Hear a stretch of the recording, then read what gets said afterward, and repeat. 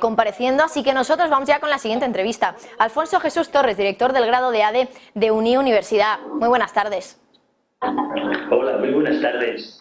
Bueno, Alfonso, vamos a hablar de algunos datos de la jornada y también de datos de la semana. Por ejemplo, producción industrial de Alemania, que hemos conocido en el día de hoy, que se ha desplomado un 3%, sobre todo por la manufactura de vehículos del mundo automotriz, que al final es uno de los motores, ¿no?, de Alemania, y valga la redundancia por usar la palabra motores. Esa caída que hemos visto hoy puede hacernos pensar que estamos ante una recesión en Europa, en Alemania más concretamente. Y bueno, también la pregunta va para Estados Unidos, porque al final también allí hay muchas dudas, ¿no?, de si finalmente la economía estadounidense entrará en recesión.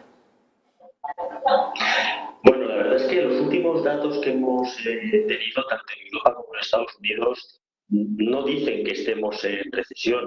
El crecimiento en Europa ha sido positivo en este primer trimestre, también lo ha sido en Estados Unidos. Sí es verdad que dentro de los países, el que está teniendo un peor comportamiento es Alemania, que ha tenido una tasa de crecimiento negativa en el primer trimestre.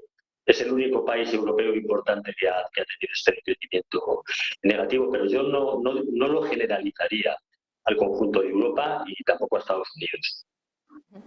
Bueno, pues no generalizamos, por tanto, esas declaraciones que nos hace respecto a la recesión. Y, por cierto, también quería preguntarte por el dato de inflación que vamos a tener esta semana. Otro de los datos macro importantes en estos próximos días, inflación de Estados Unidos, que conoceremos el próximo miércoles. ¿Qué se espera de ese dato de IPC? Porque al final es lo que hace que los bancos centrales acaben decidiendo una cosa u otra en cuanto a los tipos de interés y política monetaria.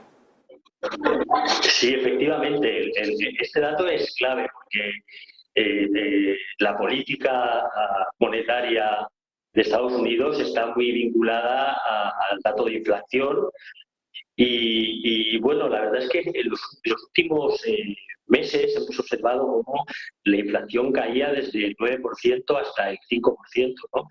La inflación subyacente un poquito más alta de ese dato, un 5,6%, y ayudado esto gracias a una menor presión de los precios energéticos y un menor incremento del precio de los alimentos, aunque este ha seguido siendo alto, ¿no? La verdad es que todo lo que sea mantener o reducir un poco esta tasa de inflación va a ayudar a frenar de manera más definitiva la subida de los tipos de interés, ¿no?, a paralizar este incremento que ha tenido durante el último año. Bueno, estamos muy atentos a este dato, la verdad es que estamos muy atentos todos. Bueno, pues veremos cómo sale ese dato. Como siempre aquí en Negocios Televisión les contaremos a los espectadores cuál es ese dato que sale siempre a las 2:30 de la tarde. Y bueno, como digo, al final es lo que marca un poco la siguiente decisión de los bancos centrales. La semana pasada tuvimos reunión de la FED, del Banco Central Europeo. Alfonso, ¿crees que hicieron bien Christine Lagarde y Jerome Powell al dar esos mensajes que dieron al mercado? Por un lado, Powell sugiriendo más bien que iban a empezar en breves ya esa pausa de subida de tipos, y Lagarde todo lo contrario, siendo muy contundente, diciendo que no, que de momento la pausa no está encima de la mesa. Bueno, hay un diferencial de tipos de interés entre Estados Unidos y Europa de más de un punto. Nosotros normalmente en Europa vamos por detrás de lo que hace el mercado americano. Entonces no es de extrañar que tardemos un poco más que ellos en frenar nuestra subida, ¿no? Luego en Estados Unidos también hay un elemento que es los problemas derivados de la estabilidad financiera que han surgido en los últimos meses con varios bancos, con Silicon Valley, con Signature Bank, con First Republic Bank. Fijémonos que estos tres bancos solos han generado un problema que genera unas pérdidas por valor de más de 500.000 millones de dólares.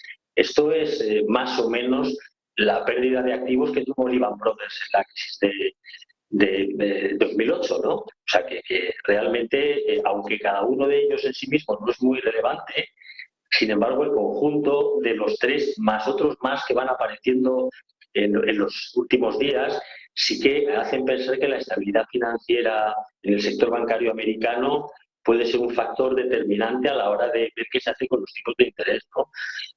Tienen carteras de renta fija dañadas por el aumento de los tipos de interés, tienen exposición a préstamos hipotecarios a tipos fijos concedidos que también pueden verse dañados, salida de depósitos bursátiles, o sea, salidas de depósitos con pérdida de liquidez, caída de bolsa de muchos de estos valores. O sea que yo diría que lo que pase con el sector financiero americano, con la banca mediana, regional americana, es otro factor muy importante también a la hora de meterlo en la ecuación, ¿no?